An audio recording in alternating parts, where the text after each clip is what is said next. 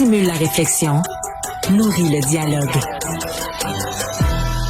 Kid. On a tous des voitures très branchées aujourd'hui, de plus en plus branchées, même que c'est tellement branché que des fois, tu as envie de tout arracher puis de revenir au bon vieux temps où ça fonctionnait tout le temps. Moi, si je suis avec ma femme dans ma voiture et puis on a le malheur d'avoir 2 cellulaires dans la voiture, mais bonne chance, ça alterne d'un cellulaire à l'autre. On se casse les oreilles à toujours essayer de faire fonctionner ces fameux véhicules, mais c'est pas juste la technologie pour rendre notre voyage agréable qui est dans nos véhicules, c'est aussi la technologie pour nous espionner et il y a des risques. Avec nous, un spécialiste en cybersécurité, Steve Waterhouse.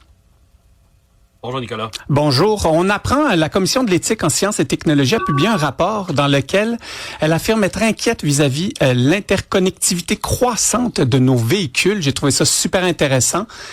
Qu'est-ce que vous avez à dire là-dessus?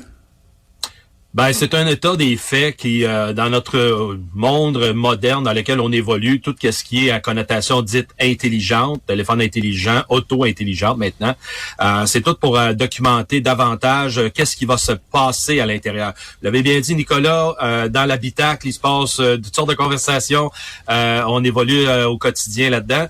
Et de plus en plus, ben évidemment, les constructeurs automobiles, ben ils ont été en tout cas, tenté par le diable, on va le dire comme ça, de pouvoir à ce moment-là monétiser tout ce qui se trouve comme interaction, le chauffeur avec son véhicule, mais aussi dans l'habitacle, qu'est-ce qui se dit, comment les gens se positionnent. Ça devient à ce moment-là dystopique, mais en même temps, il y en a, ils vont mettre ça sur le couvert, évidemment, de la sécurité. On regarde juste l'ADDW pour visualiser un conducteur s'il est distrait, le visage, est-ce qu'il regarde en avant sur la route, il regarde-tu son téléphone ou un autre aspect dans le véhicule. Ça ramène, en faisant bouger le volant, le conducteur, son attention sur la route. Ça, c'est vraiment pour la sécurité. Mais il n'y a pas de reconnaissance faciale pour identifier la personne proprement dit. C'est un balayage en infrarouge, donc il n'y a pas de reconnaissance du visage, mais il reste toujours bien, ça détecte la personne si elle est attentive sur la route pas. Donc ça, on peut le dire, c'est quelque chose de positif. Et quand c'est rendu aussi que ça va détecter si dans l'habitacle, il y a un adulte avec un enfant, s'il n'y a pas d'adulte, il y a juste un enfant, ça va crier pour pas laisser un enfant à l'intérieur. Tout le monde souhaite pour la bonne vertu que ça soit correct. Oui, absolument. Ça, c'est un exemple qui est bon. Là, dans ma nouvelle voiture, justement, dès que j'arrête l'auto, il y a un petit signal qui dit « Avez-vous oublié un enfant? » Ça, je trouve que c'est sécuritaire, effectivement. Cependant, rassurez-nous, là, il y a des milliers de personnes dans leur auto qui nous écoutent. Est-ce que ces grands méchants joueurs dans l'univers de la technologie peuvent vraiment nous écouter, là? Parce que, tu sais, des fois, il y a le mythe, ou peut-être pas le mythe, mais des fois, on dirait que je dis micro-ondes à côté de mon téléphone, et puis là, j'ouvre mes réseaux sociaux, puis tout d'un coup, il y a Samsung qui m'envoie une pub de micro-ondes. Là, je me dis, ça se peut pas que, tu sais, je vais m'acheter un billet de loterie, là. Est-ce qu'on nous écoute vraiment? Autant dans l'auto, là, mais restons dans l'auto, là. Est-ce qu'on nous écoute vraiment? Il y a eu des cas, Nicolas, je nommerai pas nécessairement des marques, mais il y a des agences qui ont épié les gens dans leur conversation dans le véhicule. Les capacités sont là aujourd'hui. Le microphone, il est là. Il y a des assistances disponibles. En cas d'accident, quelqu'un va prendre le microphone, va vous parler avec l'interaction du véhicule, si c'est possible. Oui, et ça se fait, ça s'est vu. C'est pas évidemment éthiquement correct. Et un rapport intéressant qui n'a pas été transmis dans le rapport justement de la Commission d'éthique scientifique technologique, disant qu'en septembre 2023, la compagnie Mozilla, ceux qui font le navigateur Firefox, qui ont fait une étude. Et cette étude-là démontrait qu'à 85%, tous les fabricants automobiles sur la planète qui ont pu interviewer, là, il y en avait vraiment une bonne panoplie, ils vendaient sans le consentement de son propriétaire les données personnelles. Et ça, encore là, ce sont des données nominatives, mais aussi, comme je disais tout à l'heure, toutes les données d'interaction avec le véhicule. Et ça se monétise pour toutes sortes de fins. Donc, quand on dit on s'en va du point A au point B, mais après ça, on a reçu de la publicité parce qu'on était dans ce coin-là la semaine d'avant. Exact. Ben oui, c'est des interactions de cette nature qui viennent s'interconnecter. Mais là, c'est ça qui est troublant. Là. Mais là, est-ce qu'il y a une manière là pour nous, là, la prochaine fois que je rentre dans mon auto, est-ce qu'il y a un bouton que je peux appuyer qui me permet de désactiver je sais pas quoi? Est-ce que quand j'achète ou je loue ma voiture, est-ce que je peux signer, cocher une case qui dit ne suivez pas tous les achats que je fais, ne dites pas à ma femme où je vais ou je sais pas quoi, là, tu sais. Non, mais à un moment donné, c'est parce que ça envahit la vie privée, là, totalement, là. Un premier truc, Nicolas, que je devrais recommander, là, c'est de pas connecter le téléphone avec le véhicule. Ça, déjà là... Mais on n'a plus le droit d'avoir nos téléphones sur les mains. Ben c'est ça, mais il reste que faisant ça, ça a été prouvé dans bien des fois, il y a extraction d'informations supplémentaires et non pas juste l'utilisation du Bluetooth parce qu'on veut parler les mains libres. Fait que ça, c'est troublant un petit peu.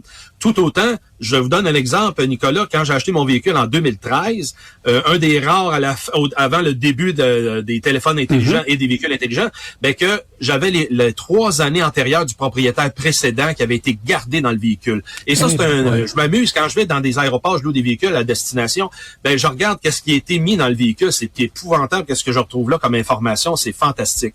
Mais il reste toujours bien, il faut justement prendre conscience que toute interaction d'interconnexion de notre appareil mobile, qui est notre vie numérique, ben en principe, faut minimiser cette interaction-là, qu'elle sorte de nos mains. Fait que moi, j'apporte toujours des oreilles connectées Bluetooth, c'est beaucoup plus facile, c'est fiable, et je ne commets pas mon téléphone avec le véhicule de peu importe qui ça va être. Là. Mais là, je suis le dernier à vouloir que le gouvernement se mêle de tout et de rien. Cependant, le gouvernement, c'est pas son rôle justement de nous protéger envers ces industries-là. Ça serait pas, il me semble, ça serait facile, ça serait plus facile que s'entendre avec Donald Trump, non, de faire une loi qui interdit aux constructeurs automobiles de garder ces données-là. Ils peuvent les garder, je sais pas moi, 1 heure là pour que ça fonctionne. Mais vous êtes en train de me dire qu'on est obligé là de se mettre tout nu technologiquement envers tous ces grands joueurs-là. Et ça, c'est beaucoup d'applications autour de nous. Je veux dire, le lobby de l'industrie automobile est très fort. On n'ira pas dans le domaine politique de ça, mais il reste toujours bien que c'est, oui, le rôle du gouvernement de voir à ça, mais ça évolue tellement rapidement. Les gouvernements sont vraiment dans des carcans, dans des façons de travailler qui sont dépassés par le moment où ils prennent une décision, ben c'est déjà évolué au-delà 5 ans, 6 ans en avant de qu'est-ce qui avait été discuté. Alors, il y a une façon de travailler au gouvernement, il faut qu'il change, il faut qu'il s'adapte à la rapidité d'adoption des technologies, chose que je n'ai pas vue durant mon passage au ministère de la Cybersécurité et du Numérique. Et définitivement, les paliers doivent s'aligner ensemble pour faire ça. Autant l'automobile, le transport, c'est sous compétence fédérale, mais le SAQ au Québec, c'est bien eux autres qui gèrent les licences et la façon d'autoriser quelqu'un d'aller sur la route. Mais en même temps, entre les deux, il faudrait qu'ils se parlent et disent d'un accord commun. Ben, il faut protéger le citoyen et la commission d'accès à l'information est pas trop là non plus dans la discussion. D'ailleurs, j'ai cru comprendre que c'était un des onglets sur le site web de la SAQ, non? Qu'on pouvait, c'est une blague, ça coûtait 1 milliard puis on n'a rien. Alexandre, il y a un auditeur. Hey Steve, on a des auditeurs qui nous écrivent pas mal. Il y en a un, entre autres, qui dit Tesla ne vend aucune donnée, contrairement aux autres crosseurs du constructeur traditionnel. C'est-tu vrai, ça, que Tesla vend aucune donnée?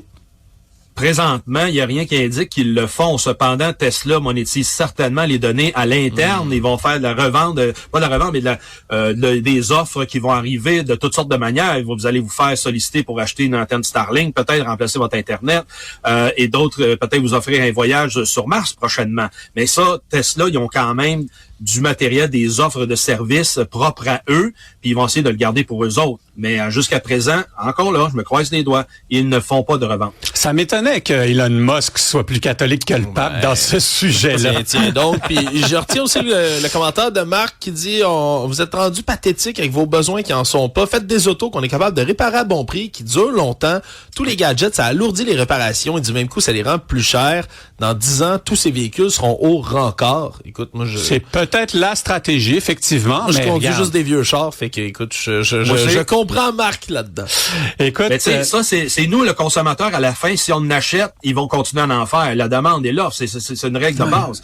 Et si, par contre, comme consommateur, on dit, hey, là, c'est assez, on n'en veut plus, ça va peut-être changer la donne. Mais c'est pas à une personne à la fois, c'est des milliers de personnes qui vont faire changer le marché. Non, effectivement, mais je crois que plutôt que retourner à la calèche, d'avoir l'avantage de ces technologies-là, cependant, que le gouvernement fasse sa job. Le gouvernement, il doit protéger le citoyen envers des entreprises ou des industries qui essayent de le flouer.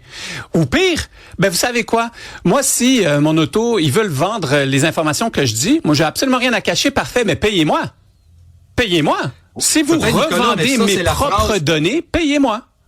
C'est la phrase magique. Au moment où tu le mentionnes, t'as rien à reprocher. Jusqu'au jour que, hors contexte, ce qui a été dit là, 1 an, 3 ans, 2 mois, 2 ans, c'est repris. Comment tu vas te défendre contre ça? Non, je vous comprends, mais l'enjeu. tant qu'à être perdant sur toute la ligne, au moins me faire 2-3 cents en perdant. T'sais, ça paiera mes frais d'avocat. Écoutez, Steve Waterhouse, merci beaucoup. Non, mais ça me rend fou, tous ces entreprises technologiques qui nous flouent.